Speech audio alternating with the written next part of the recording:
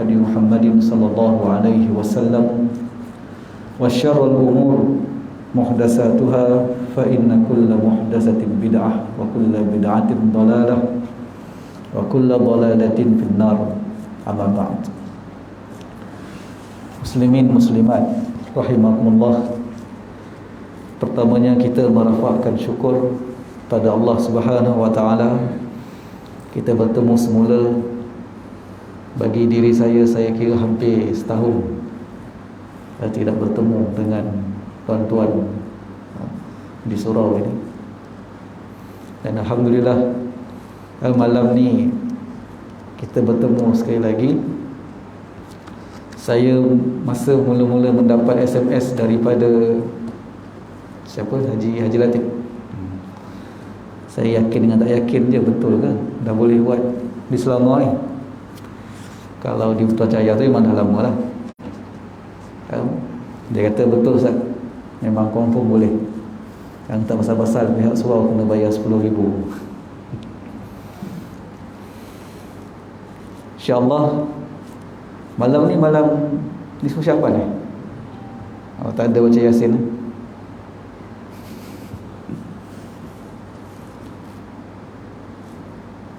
Apapun kita merafakkan syukur pada Allah Subhanahu wa taala.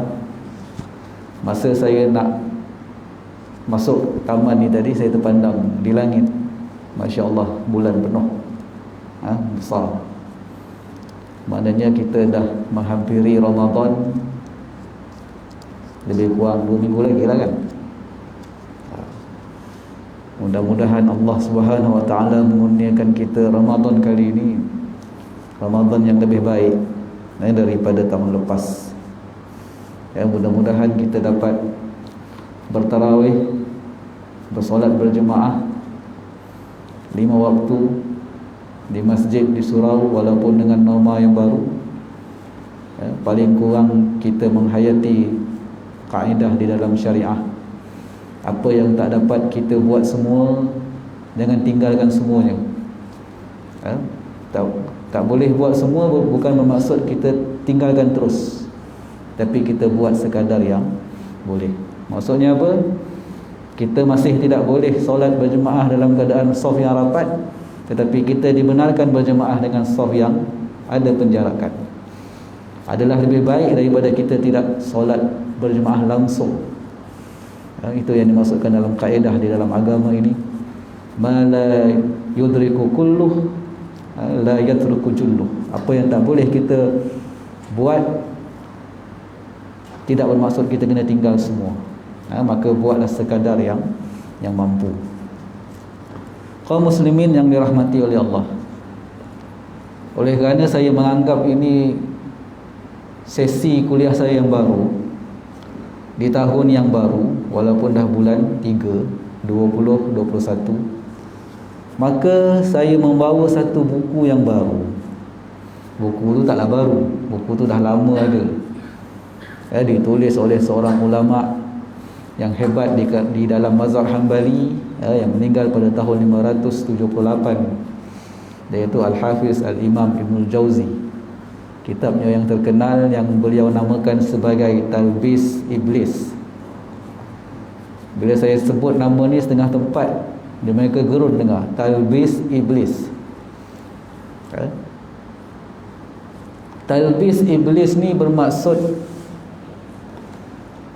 tipu daya belitan iblis. Tipu daya iblis. Buku ni banyak lah terjemah dalam bahasa Melayu ni. Yang saya bawa ni pun yang terjemahan. Kalau tuan-tuan nak cari kedai buku, ada, carilah. Secara sepintas lalu, Ibnu Jauzi bila dia menulis kitab ini, hasrat dia adalah untuk mengembalikan umat Islam ini ataupun menjaga umat ini dari perkara-perkara yang ditokok tambah dalam agama. Kerana apa? Isu yang beliau akan bawa, yang beliau bawa dalam buku yang beliau namakan Talbis Iblis ini, ialah tipu daya iblis kepada orang-orang soleh. yang mereka merasakan mereka soleh dengan amalan-amalan yang mereka buat. Sebenarnya mereka telah tertipu dengan amalan yang mereka buat itu. Itu benda yang hendak ditonjolkan oleh Ibnul Jauzi di dalam kitab beliau ini. Iblis ni Allah terangkan kepada kita sifat-sifat, bahkan melalui pengakuan iblis sendiri. Melalui pengakuan iblis sendiri, apa yang dia nak buat terhadap zuriat keturunan Adam ini. Bila dia sombong terhadap kejadian Adam yang diciptakan daripada tanah, khalaqtani min nar wa khalaqtahu min tin, engkau jadikan dia daripada tanah sedangkan engkau jadikan aku daripada api. Istakbara, maka dia berlaku sombong, dia enggan sujud. Aba wastakbara wa kana minal kafirin, dia enggan untuk sujud dan dia takabur, dan Allah golongkan dia daripada kalangan makhluknya yang ingkar, kafir. Sehingga Allah kata kepada iblis, fakhruj innaka rajim, keluarlah engkau wahai iblis daripada syurga ini, sesungguhnya engkau itu terlaknat. Namun iblis sebelum dia menyahut perintah dihalau keluar daripada syurga, dia minta satu perkara kepada Allah. Qala rabbi fa'anzirni ila yaumi yub'atsun, wahai Tuhanku, fa'anzirni, bagilah aku penangguhan. Penangguhan dari segi apa? Penangguhan dari segi ajal dia. Biarlah aku ini kekal sehingga yaumi yub'atsun, hari dibangkitkan, iaitu hari kiamat. Dia minta kepada Allah supaya Allah kekalkan dia hidup sehingga hari kiamat. Tu saya kata hebat iblis ni. Dahlah dia engkar kepada Allah secara berdepan, dan dia minta pula kepada Allah secara berdepan untuk minta kekal hidup sehingga hari kiamat. Allah bagi, qala fa innaka minal munzarin, Allah kata sesungguhnya engkau daripada kalangan mereka yang diberi tangguh ajalnya. Dan iblis setelah mendapat perkenan daripada Allah untuk hidup sehingga hari kiamat, apa dia kata? Qala rabbi bima aghwaytani la uzayyinanna lahum wa la tajid aktsaruhum minasyakirin. Ini satu lagi perangai baik iblis. Dia kata kepada Allah lah, ya Allah, dengan apa yang telah engkau jadikan aku ini sesat, dengan apa yang telah engkau jadikan aku ini dihukumkan sebagai kafir, sesat, maka aku akan jadikan sebab yang sama itu juga pada mata-mata zuriat keturunan anak Adam. Itulah tujuan dia minta untuk dia ditangguhkan ajal. Dengan apa yang menyebabkan dia itu sesat, dia akan jadikan sebab yang sama untuk menyesatkan kita ini sebagai zuriat keturunan Adam, dendamnya kepada Adam sehingga kepada zuriat keturunannya. Dan dia kata kepada Allah, wala tajid aktsaruhum minasyakirin, dan engkau akan dapati tidak ramai daripada kalangan zuriat Adam itu di kalangan mereka yang bersyukur kepada engkau. Tak ramai, dia kata. Illa ibadaka minhumul mukhlasin, melainkan siapa yang aku tak boleh nak ganggu mereka, nak goda mereka, nak sesatkan mereka, melainkan orang-orang yang ikhlas. Melainkan orang-orang yang ikhlas. Man humul mukhlasin, siapa dia orang-orang yang ikhlas? Wa ma umiru illa liya'budullaha mukhlishina lahuddin, tidak diperintahkan kepada mereka itu menyembah Allah melainkan kepada orang-orang yang ikhlas. Suratul Ikhlas. Qul huwallahu ahad, Allahus samad, lam yalid wa lam yulad wa lam yakul lahu kufuwan ahad. Di manakah makna ikhlas dalam suratul Ikhlas? Apa pasal surah tu dinamakan suratul Ikhlas? Sedangkan kita faham ikhlas itu ikhlas niat. Kalau kita tengok pada suratul Ikhlas, mana niatnya dalam suratul Ikhlas yang dikatakan niat yang ikhlas? Suratul Ikhlas, ikhlas itu terkandung di dalam tafsiran surah tersebut, iaitu orang yang membersihkan i'tiqad dan akidah dia, iman dia, hanya sebagaimana yang disebutkan di dalam surah itu, hanyalah Allah yang menjadi iman dan kepercayaan pegangan mereka. Sebab dia disebut Allahus samad, Allahu ahad. Allah itu esa, satu. Allahus samad, semua bergantung kepadanya. Lam yalid wa lam yulad, dia tidak beranak dan tidak diperanakkan. Wa lam yakul lahu kufuwan ahad, dan tidak ada yang setara dan sekufu dengan Allah Subhanahu wa taala. Ada segala sifat yang disebut dalam ayat tersebut pada akidah kita, kitalah orang yang benar-benar ikhlas kepada Allah Subhanahu wa taala. Ikhlas menjadi prasyarat Allah Subhanahu wa taala menerima ibadah kita. Sudah pastilah ia menjadi syarat.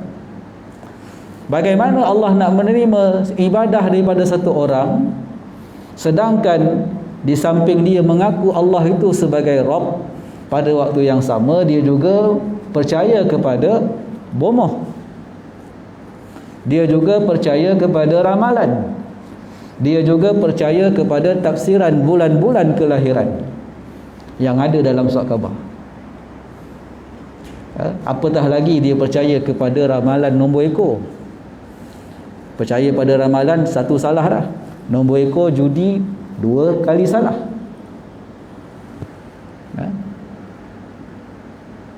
Jadi sebab itu, ikhlas itu kita kena tengok iman kita, pegangan kita, adakah selaras dengan ayat-ayat yang ringkas dan pendek yang disebutkan di dalam suratul Ikhlas itu.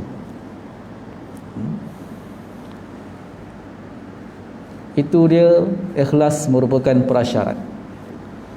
Kemudian ada lagi satu syarat yang Allah letakkan sebagai sebab untuk dia menerima ibadah kita. Apa yang Allah sebut dalam suratul Mulk, yang selalu kita baca pada setiap malam, dengan harapan Allah akan menerangkan kubur kita dengan bacaan surah tersebut. Allazi khalaqal mauta wal hayata liyabluwakum ayyukum ahsanu amala. Dialah yang menciptakan kematian dan kehidupan untuk menguji kamu, untuk menguji siapa daripada kalangan kamu ahsanu amala, yang terbaik amalan mereka. Fudail bin Iyad, dia ditanya ketika dia menyampaikan kuliahnya, wahai qadhi, siapakah yang terbaik amalannya? Yang terbaik amalannya ialah yang diterima amalannya, kata Fudail. Seterusnya mereka bertanya lagi, apakah yang boleh menjadikan amalan kita itu maqbulah indallah, diterima di sisi Allah? Amal yang diterima di sisi Allah, kata Fudail, mestilah ada 2 syarat ini. Tidak boleh salah satu yang ada, tetapi mestilah ada kedua-duanya. Pertama, sebagaimana yang saya sebutkan tadi, ikhlas. Orang yang beramal itu mestilah ikhlas. Ikhlas maksudnya apa? Akidah yang benar, tauhid kepada Allah. Iyyaka na'budu wa iyyaka nasta'in, hanya Engkau yang kami sembah, hanya Engkau kami minta tolong dalam kehidupannya. Dalam kehidupannya hanya Allah yang dia sembah dan hanya kepada Allah dia meminta. Itu ikhlas. Yang kedua, apakah syarat dia wahai qadhi? Kata Fudail, yang kedua ialah aswabahu, amal yang betul dan tepat. Wahai qadhi, kami faham apa yang dimaksudkan dengan ikhlas. Tapi apa yang dimaksudkan dengan amal yang betul dan tepat? Kata Fudail, amal yang betul dan tepat ialah amal yang mutaba'atus sunnah, amal yang bertepatan dengan petunjuk sunnah, amal yang bertepatan dengan petunjuk sunnah. Akibat daripada kenyataan tersebut menjadi salah satu faktor penyebab Ibnul Jauzi rahimahullahu ta'ala menulis kitab Talbis Iblis. Ibnul Jauzi mencela orang di zamannya yang dilihat tidak selaras dengan petunjuk sunnah. Ini saya ringkaskan dalam mukadimah beliau menulis kitab ini. Apabila menghampiri waktu subuh, maka Bilal ataupun muazzin ataupun siapa sahaja yang dipertanggungjawabkan di kalangan masyarakat ketika itu memanjat menara-menara masjid. Kerana pada ketika itu tidak ada pembesar suara, maka mereka melaungkan azan di menara-menara. Apabila menghampiri waktu subuh, maka muazzin ataupun Bilal ini akan memanjat menara masjid, menyebut dan membaca zikir, istighfar, selawat dan ayat-ayat Al-Quran sebelum menjelangnya masuk waktu subuh. Dia mengatakan bahawa tidak lebih daripada perbuatan tersebut hanyalah merupakan tipu daya iblis kepada mereka yang merasakan bahawa amal itu diberi pahala oleh Allah Subhanahu wa ta'ala. Asasnya apa? Balik kepada kenyataan Fudail bin Iyad, laisat, tidak mengikut petunjuk Nabi, tidak pernah dicontohkan oleh Nabi akan hal tersebut. Bukan salah istighfar, bukan salah selawat, bukan salah zikir yang dibaca, tetapi salah terhadap cara dan waktu ia dibaca. Ia tidak pernah ditunjukkan dan dicontohkan oleh umat-umat terbaik terdahulu di kalangan sahabat Nabi, salafus salih, tabi'in, dan apatah lagi tidak pernah dicontohkan oleh daripada Nabi SAW sendiri. Bahkan di sana ada sunnah yang betul yang ditunjukkan oleh Nabi, apa yang sepatutnya dilakukan oleh kita, ya. Di mana Nabi menyebut bahawa azannya Bilal pada waktu malam, fakulu washrabu, kata Nabi, bila kamu mendengar azan Bilal pada waktu malam, kamu masih lagi boleh makan dan minum sekiranya kamu mahu berpuasa pada hari tersebut. Maknanya bila kita dengar, kalau kita letak diri kita pada zaman tersebut, kita dengar azan Bilal di waktu malam. Waktu malam tu maksudnya di penghujung malam, dah dekat nak masuk waktu subuh. Nabi kata jangan berhenti kalau nak sahur, boleh teruskan sahur, boleh teruskan makan, boleh teruskan minum kalau kamu mahu berpuasa pada hari tersebut. Tetapi Nabi kata bila kamu mendengar azan yang dilaungkan oleh Ibnu Ummi Maktum, maka barulah kamu berhenti. Kerana Ibnu Ummi Maktum tidak akan azan apabila telah disebutkan kepada dia asbahta, asbahat. Waktu subuh telah masuk, waktu subuh telah masuk. Di situ ada dua perkara yang perlu kita faham. Yang pertama, sunnah yang diajar oleh Nabi SAW bila menjelang masuk waktu subuh, para fuqaha menyebut lebih kurang sekitar 30 minit ataupun 45 minit disunnahkan untuk melaungkan azan. Bukan pergi baca istighfar, ayat Quran, apa semua, tapi azan. Kita dulu sebut tarhim. Orang lama-lama marah ni bila dengar benda ni, tapi saya kena sebut, saya kena sebut. azan itu yang menjadi sunnah, bahkan menjadi lebih besar kesalahan kita, kerana Nabi telah menunjukkan apa yang sewajar dan sepatutnya, iaitu azan, bukannya apa yang kita namakan sebagai tarhim.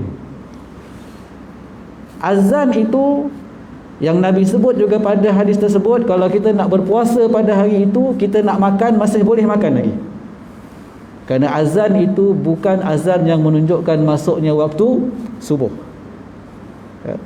Maka bolehlah kita makan, bolehlah kita minum. Saya jarang jumpa dah masjid dan surau-surau di Malaysia ni ada azan yang macam ini. Bila nak menjelang dekat masuk waktu subuh, maka muazzin dia azan. Azan itu tidak ada as-salatu khairum minan naum. Tak ada as-salatu khairum minan naum. Tetapi azan yang menunjukkan telah masuk waktu subuh, itu ada as-salatu khairum minan naum. Itu contoh antara contoh yang diberikan oleh Ibnul Jauzi, amalan yang digolongkan sebagai amalan yang telah ditipu daya dengan tipu daya belitan iblis. Baik, dalam kitab beliau Talbisul Iblis ni,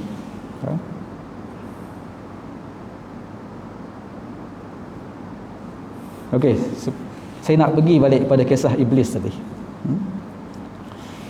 Maka iblis ni, dia punya matlamat adalah untuk menipu daya zuriat keturunan Adam ni. Tipu daya dia dalam perkara yang jelas maksiat kepada Allah yang bersifat haram, itu jelas bagi kita, dan kita boleh jaga diri kita. Bagi orang yang mahu menjaganya, bagi orang yang menjauhkannya, jelas bagi mereka itu haram. Arak, judi, zina, mengumpat, menderhaka kepada kedua orang tua, itu jelas haram. Yang membimbangkan kita ialah tipu daya dia dalam amal soleh yang kita sangka sebagai amal soleh, sebagaimana contohnya tadi, contoh yang telah disebutkan tadi. Baik, maka sebab itu Nabi SAW mengajar kita supaya memperbanyakkan doa, berlindung daripada tipu daya iblis ini, kerana tipu daya iblis ini terlalu halus, terlalu sukar kadang-kadang untuk kita menilainya. Kita rasa betul, tapi rupanya kita telah ditipu, kita telah dikaburkan oleh iblis penilaian kita terhadap amalan tersebut. Maka Nabi mengajar kita supaya banyak minta berlindung kepada Allah daripada tipu daya iblis ni. Bahkan Nabi menyebut, mengajar kita dalam doa itu, minta kita berlindung daripada depan, daripada belakang, daripada bawah, daripada atas, daripada kiri, daripada kanan. Menunjukkan tipu daya iblis ini sentiasa boleh masuk kepada kita daripada mana arah sekalipun. Dan iblis ini, tentera-tenteranya yang dikenali sebagai syaitan itu akan sentiasa membawa misi iblis tersebut untuk menyesatkan zuriat keturunan Adam ini. Muslimin yang dirahmati oleh Allah, dalam bab pertama di dalam kitab Talbisul Iblis ni, Ibnu Jauzi meletakkan bab perintah berpegang teguh pada sunnah dan tetap berada dalam jamaah. Dia menyebut di awalnya satu riwayat daripada Ibnu Umar, Abdullah bin Umar bin Al-Khattab radhiyallahu anhuma, anak kepada Umar Al-Khattab. Abdullah bin Umar ni seorang sahabat yang sangat memusuhi bid'ah, sangat-sangat allergic kepada bid'ah. Menunjukkan zaman bid'ah ni bukan zaman la ni je. Zaman Nabi baru meninggal pun dah muncul dah perkara-perkara bid'ah ni. Seperti yang disebut di dalam riwayat Al-Imam Ad-Darimi. Kisah ini berlaku di antara Abu Musa Al-Asy'ari dan Abdullah bin Mas'ud. Pada waktu subuh, kisah dia panjang, saya ringkaskan je. Abu Musa Al-Asy'ari sampai ke masjid. Zaman ni Nabi dah tak ada, Nabi dah meninggal, tapi sahabat masih lagi ramai. Bermaksud itu zaman tabi'in. Kerana tabi'in ni orang yang sempat jumpa dengan sahabat-sahabat Nabi. Bila Abu Musa Al-Asy'ari sampai di masjid, dia tengok, dia kata dalam riwayat itu, kana hilaqan julusan wa fihim hasa ya'uddu bihi tasbih wat takbir wat tahmid wat tahlil. Dia kata bila aku sampai ke masjid, kata Abu Musa, aku nampak ada beberapa halaqah, bulatan-bulatan, yang mana pada setiap orang yang ada dalam bulatan itu ada pada jari-jari mereka batu-batu kecil yang mereka gunakan untuk takbir, tahmid, tasbih dan tahlil. Bila seorang ketua daripada kalangan mereka mengatakan bahawa sabbihu mi'ah, bertasbihlah 100 kali, maka mereka pun bertasbih sebanyak 100 kali.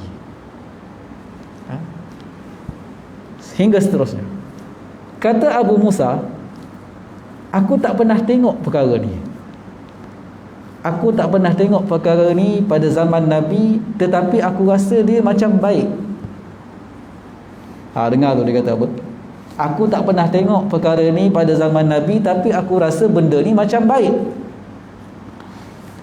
Tapi aku tak nak kata apa dulu. Aku nak tanya pandangan Abdullah bin Mas'ud. Kerana Abdullah bin Mas'ud ni sahabat Nabi yang faqih di kalangan fuqaha sahabat, yang dirujuk pandangan fiqh dia.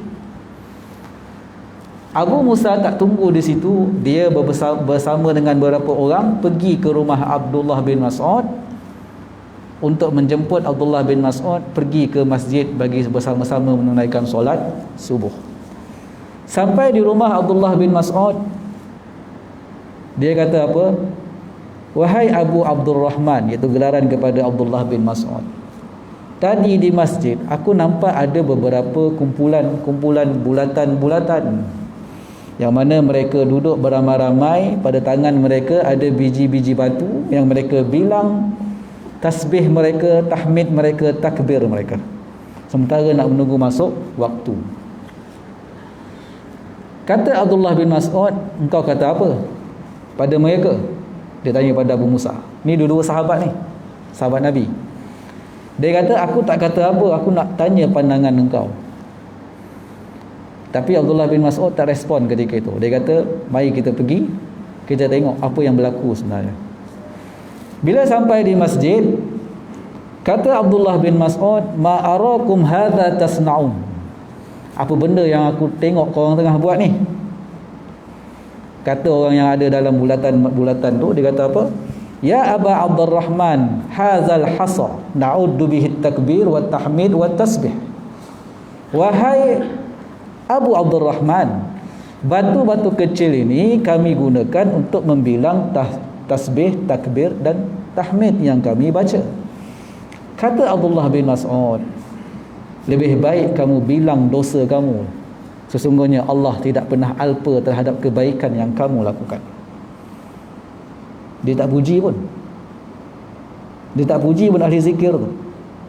Dia kata apa? Lebih baik kamu membilang dosa-dosa kamu. Sesungguhnya Allah tidak sesekali alpa terhadap kebaikan yang kamu lakukan. Kalau kita, apa salahnya? Bidah hasanah.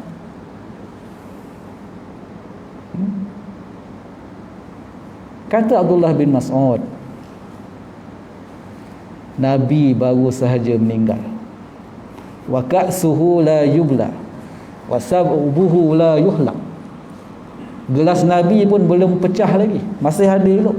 Baju Nabi pun belum lusuh lagi. Bermaksud apa? Nabi baru saja meninggal, kamu dah buat perkara baru dalam agama. Kamu dah buat perkara baru dalam agama. Itu kata Abdullah bin Mas'ud kepada kumpulan-kumpulan zikir. Ini yang kita kena faham, tuan-tuan. Jangan bila kita dengar satu orang cakap macam ni, kita kata dia Wahabi, itu dah tentu lah. Agama ni kita perlu jaga ketulinan dia. Sebab itu para sahabat sangat membenci apabila melihat perkara-perkara yang bersifat ibadah. Saya ulang sekali lagi, yang bersifat ibadah. Kerana ada orang lawyer buruk. Ustaz kalau sikit-sikit bid'ah, jangan naik kereta. Zaman Nabi tak ada kereta, naiklah unta. Ini orang lawyer buruk. Perkara-perkara baru dalam masalah ibadah yang tidak ada pada zaman Nabi tiba-tiba muncul kemudian. Hal itu yang diperangi oleh para sahabat Nabi radhiyallahu anhum ajma'in. Itu yang disebut oleh Fudail bin Iyad. Amal yang kamu buat tu, ada tak Nabi contohkan amal tersebut? Sebab itu Al-Imam Al-Qarafi, yang terkenal dengan kitab usul dia, iaitu Al-Furuq,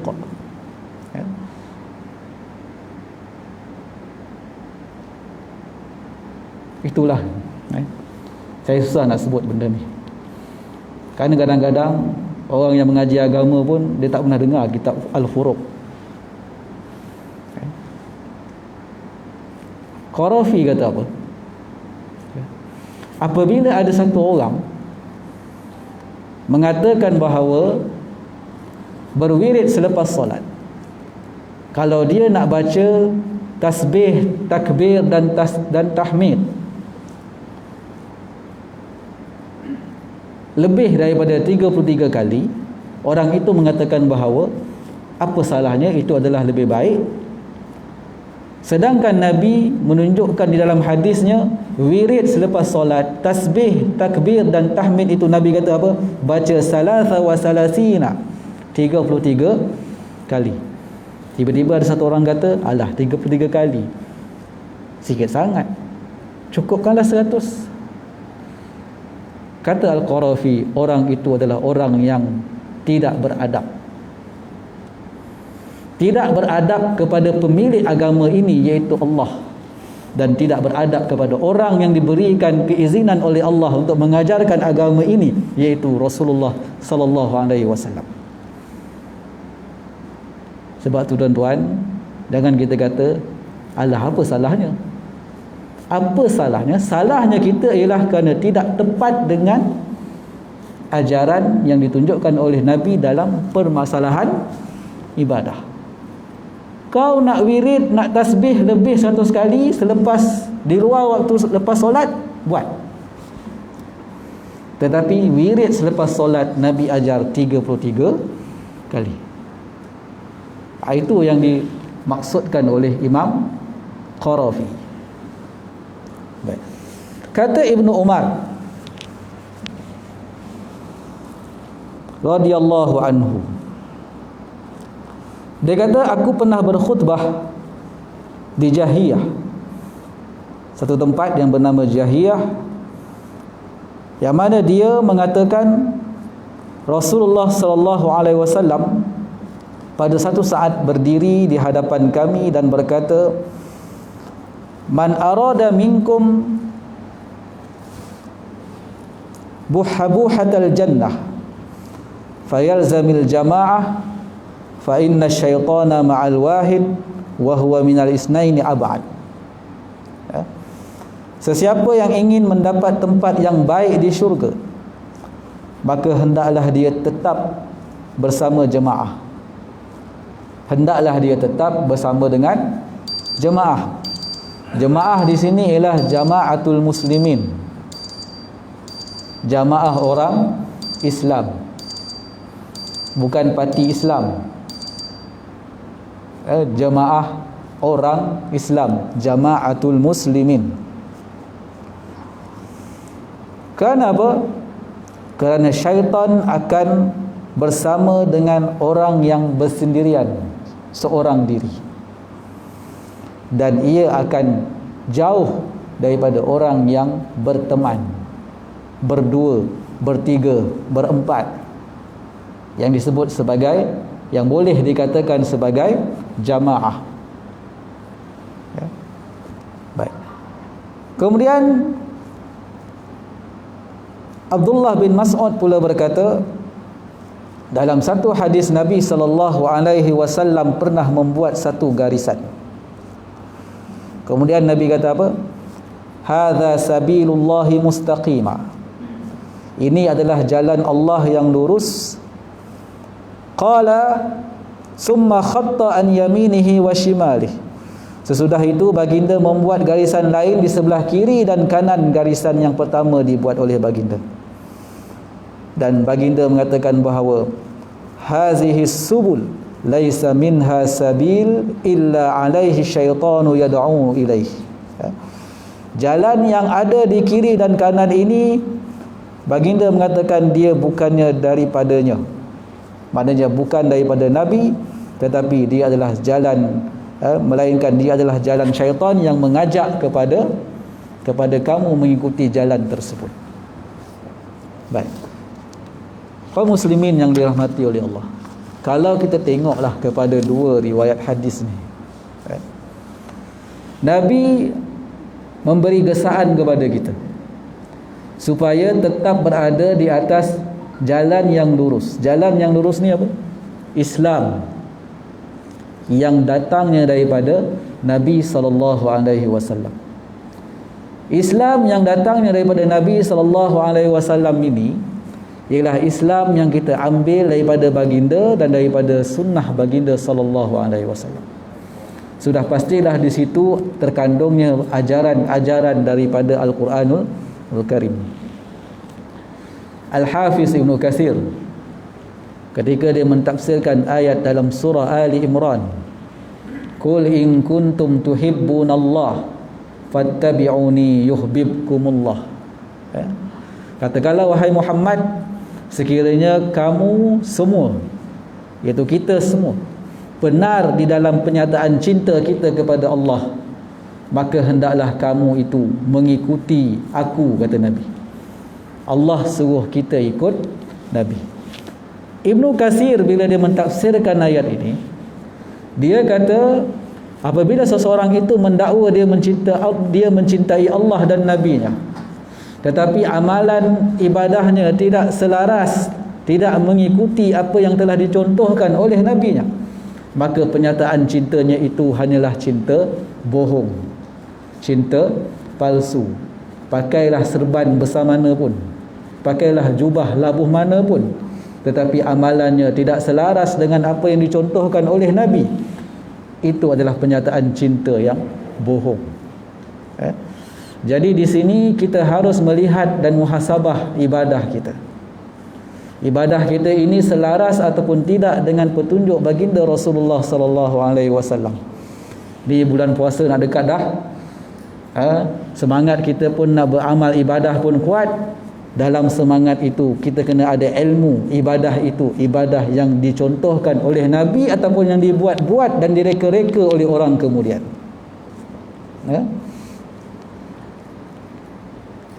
Saya lebih gusar melihat setengah tempat dia boleh berniaga pahala pula pada bulan puasa. Dia boleh berniaga pahala pula pada bulan puasa, seperti Allah memberikan hak syarikat agama ini kepada dia.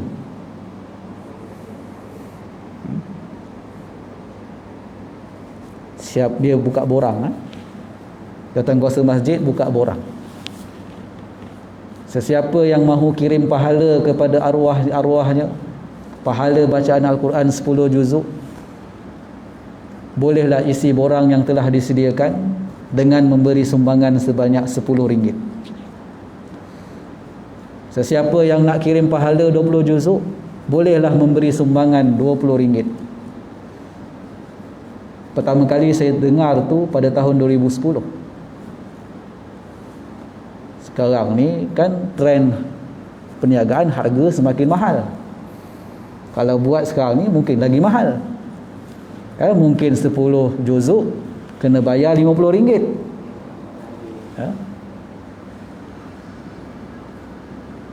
Menipu orang dengan istilah yang kelihatan baik, menyumbang.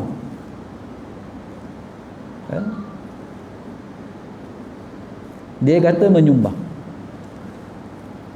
Cuba kita tanya kepada penganjur, kalau orang itu tak isi borang, dia datang kepada jawatankuasa masjid, malam ni boleh tak baca Quran 10 juzuk, bagi sedekah kepada pahala arwah keluarga saya, tapi saya tak naklah isi borang, saya tak naklah, saya tak ada duit nak bayar RM10.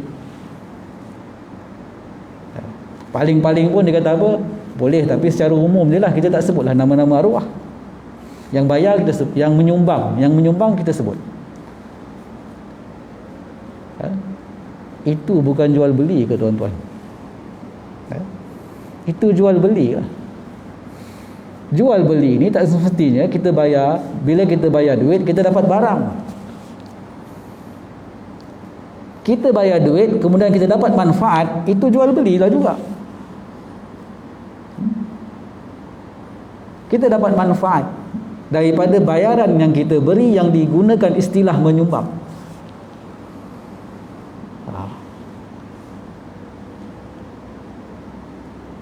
Jadi kena hati-hatilah.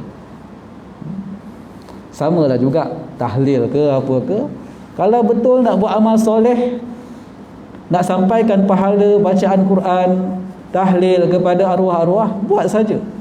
Tak perlulah nak isi borang. Kemudian ada bayaran yang diberikan dengan menggunakan istilah sumbangan. Ini semua menipu daya masyarakat. Akhirnya kalau kita terus-terusan macam ini, agama ini hanya menjadi milik kepada orang yang ada duit. Syurga itu hanya menjadi milik kepada orang yang ada duit. Kerana orang yang tak ada duit, tak ada peluang dia nak buat benda. Baik. Jadi saya nak baca satu lagi hadis, lepas tu kita habis lah. Nabi menyebut, ala inna man qablakum min ahlil kitab iftaraku ala sintaini wa sab'ina millah wa inna hazihil millata sataftariku ala salasina wa sab'ina millah sintani wa sab'una fil nar wa wahidatan fil jannah. Nabi kata, ketahuilah sesungguhnya umat ahli kitab daripada sebelum kamu, mereka itu telah berpecah kepada 72 golongan, dan umat Nabi dalam kalangan kita akan pula berpecah kepada 73 golongan. Nabi sebut semuanya 72 di dalam neraka, kecuali satu yang akan masuk ke dalam syurga. Wahyal jamaah, mereka itu ialah jamaah. Jamaah di situ ialah ahlus sunnah wal jamaah. Kenapa dinamakan sebagai ahlus sunnati wal jamaah? Ahlus sunnah bermaksud pengikut sunnah.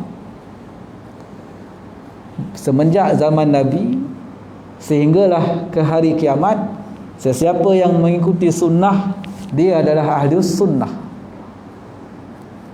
Dia bukan pertubuhan, dia tak ada presiden. Kalau ada presiden pun Nabi lah presiden dia. Tak ada mesyuarat agung, tak ada pembubaran, tak ada yuran apa semua. Selagi mana kita merasai kita pengikut sunnah, kita adalah ahli sunnah. Dan yang kedua, al-jamaah. Al-jamaah di situ ialah jamaah para sahabat. Jamaah para sahabat bermaksud ahli sunnah itu ialah orang yang mengikuti sunnah dan orang yang mengikuti para sahabat Nabi radhiyallahu anhum ajma'in. Sebab itu dalam hadis yang lain Nabi menjawab, satu golongan yang selamat itu ialah ma'ana alaihi wa ashabi, iaitu agama yang aku berada di atasnya dan para sahabatku juga berada di atas jalan tersebut. Jadi kita ni nak tahu kita ahli sunnati wal jamaah, kita kena rujuk. Tengok rujukan kita apa. Rujukan kita apa? Rujukan kita kitab-kitab sunnah ke, ataupun kitab-kitab yang ditulis entah siapa orang yang tak tahu asal usul dia, pengajian dia apa. Nampak boleh baca Quran sikit, boleh ceramah bunyi-bunyi agama sikit, kita panggil ustaz. Sebab itu Al-Imam Ibn Sirin menyebut dalam agama ini, fanzur amman ta'khuzuna dinakum. Dalam agama ni kamu kena tengok daripada siapa kamu ambil agama kamu. Selebriti ke tak selebriti ke, yang penting tengok siapa orang tu, apa sandaran dia bila bercakap dalam isu agama, Quran dan sunnah ke, ataupun banyak kepada petua-petua entah daripada mana sumber.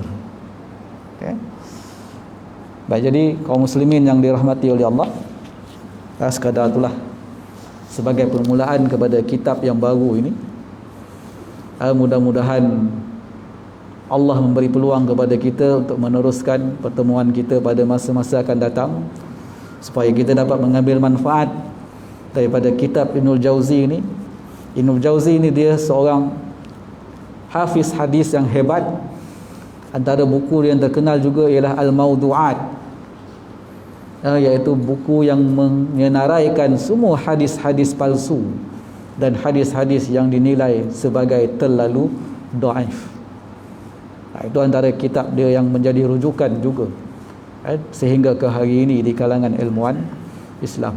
Mudah-mudahan kita dapat mengambil manfaat dan petunjuk daripada kitab yang beliau namakan sebagai Talbis Iblis, dan kita dapat menjaga agama kita ini daripada sebarang perkara-perkara tokok tambah yang tidak ada, yang tidak dicontohkan oleh baginda Rasulullah sallallahu alaihi wasallam, yang mana tokok tambah itu tokok tambah pada urusan ibadah dan tokok tambah pada urusan akidah Islam itu sendiri.